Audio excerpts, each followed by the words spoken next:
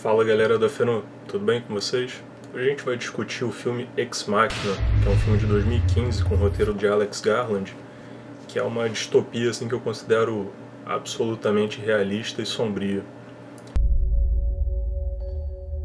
Nesse filme, a velha temática da tecnologia como que devora o homem e ela é revista a partir de elementos da nossa realidade concreta atual, né? Well, what do you do with the old one?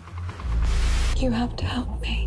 Discussões sobre inteligência artificial, big data, machine learning, ética digital, dão um ensejo para pensar o humano a partir do maquínico. No filme, um programador, funcionário de uma big tech chamada Blue Book, que é uma mistura aí de Google com Facebook, é selecionado para visitar o diretor da empresa, né, e participar de um experimento social. It's a research facility. I want to talk to you about the greatest scientific. Ele deve interagir com um androide e elaborar estratégias para conduzir um teste de Turing. Hello. Hi. I've never met anyone new before. Have you? None like you. O teste de Turing, né, ou jogo da imitação, foi um modelo de teste proposto pelo Alex Turing, que é um dos pioneiros assim, da computação moderna, né? Nesse modelo, um humano deve interagir com um sistema, fornecendo alguns dados de entrada e avaliando então as respostas dadas pela máquina. She's incredible. The challenge is to show you that she's a robot and then see if you still feel she has consciousness. O objetivo é determinar se é possível ou não distinguir as respostas do sistema, né? Comparando aí com quais seriam as possíveis respostas fornecidas por um humano. E aí, então, caso não seja possível realizar essa distinção, a máquina poderia assim, misturar-se facilmente aos humanos, né? Podendo até mesmo ser considerado um deles. You think about me. If you lie, I will know. No. Lie. Então, o teste de Turing tem esse objetivo de diferenciar, né? Ou não diferenciar, assim, de, digamos, constatar se uma máquina pode se passar por um humano.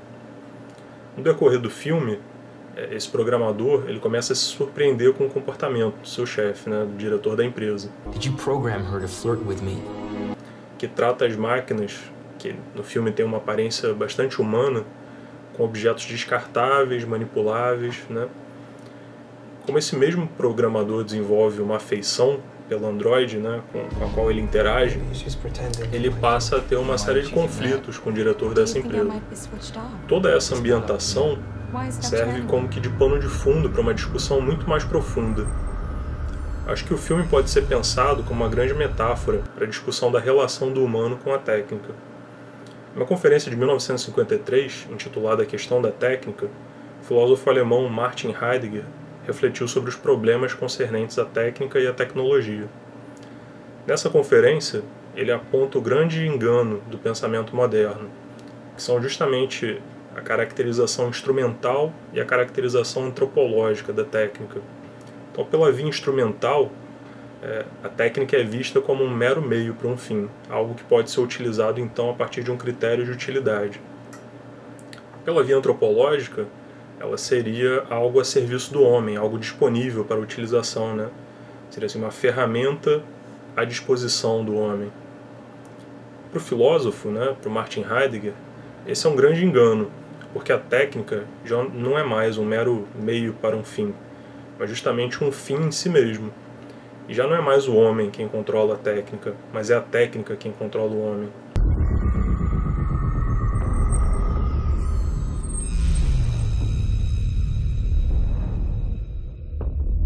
You shouldn't trust Nathan. You shouldn't trust anything he says. I think it's the next model that's going to be the real breakthrough. Well, what do you do with the old one? You have to help me. One day the AIs are going to look back on us, upright apes, all set for extinction. Basta então pensar, né, nesse meio das redes sociais, nas quais a gente está inserido, que é o mote do filme, para a gente pensar justamente que, embora a gente tenha liberdade para postar, para interagir, a verdade é que o nosso comportamento é absolutamente controlado e manipulado a despeito da nossa própria vontade. Mas o Heidegger encerra essa conferência sobre a técnica com uma citação do poeta alemão Hölderlin, que é absolutamente simbólica.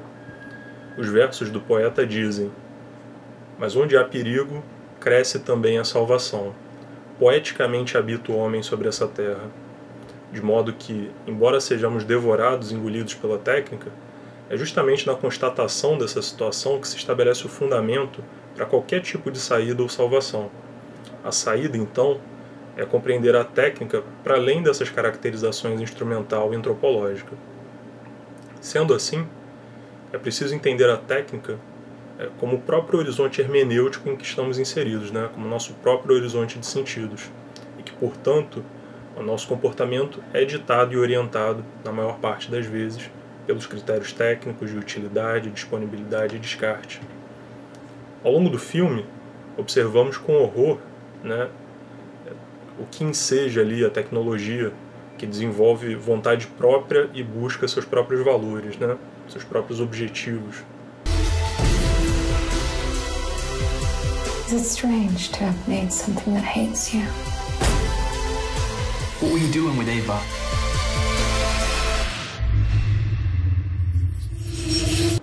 Eu não vou descrever aqui as cenas e o enredo para não dar spoilers, mas quem já assistiu ao filme vai compreender bem do que eu estou falando. A discussão da técnica em Heidegger também está relacionada com a crise de valores e o niilismo, tal como apontado por Nietzsche. Para Nietzsche, o pensamento moderno perdeu suas bases e fundamentos e encontra-se completamente desterrado e desnorteado. Pela ausência dos valores da metafísica cristã, seria preciso então o exercício da vontade de poder, que é um conceito elaborado pelo Nietzsche, na criação de valores próprios, que ele sintetiza em uma outra noção, numa outra ideia, que é a ideia do Übermensch, ou para além do homem. Contudo, o que Nietzsche parece não ter percebido é que os valores já foram substituídos. Acho que na nossa época atual, no lugar da igreja, a gente tem uma ciência e uma tecnologia carente de ética, ausente de rigor, e que parecem determinar todo e qualquer fundamento para a ação humana. A ideia do humano como uma pura racionalidade é o que vigora e impera no pensamento moderno, na minha opinião. Mas, trazendo para o campo da psicologia, que nos é mais próximo, o Freud costuma ser acreditado como um dos primeiros a pensar o humano para além da racionalidade, apontando aí o irracional no homem. A fenomenologia, por outro lado, rejeita a metapsicologia freudiana, por conta tanto do subjetivismo, que isso pode ensejar, quanto da possibilidade de um certo determinismo que pode ser construído a partir da teoria da economia pulsional. Mas é possível também pensar o homem para além da racionalidade pela fenomenologia. Heidegger foi um dos autores a tematizar a afetividade no campo da existência humana, apontando a influência dos afetos nos comportamentos como um elemento importante, que muitas vezes sobrepuja a própria racionalidade. Nesse diálogo entre Heidegger, Nietzsche e Alex Garland, podemos pensar os horrores de uma ciência e de uma técnica carente de afetos. Porque se tomarmos a racionalidade como fundamento único para a nossa ação, então já não será mais possível nos diferenciarmos da máquina. O que restaria seria a mais pura e singela psicopatia, como no androide, mas também como no diretor. Cada um deles busca apenas a realização de seus desejos, a despeito de quaisquer elementos éticos. Na ausência de fundamentos, o risco maior é entificarmos a nossa própria existência, tornando-nos aquilo que não somos, esquecendo nosso próprio caráter de ser.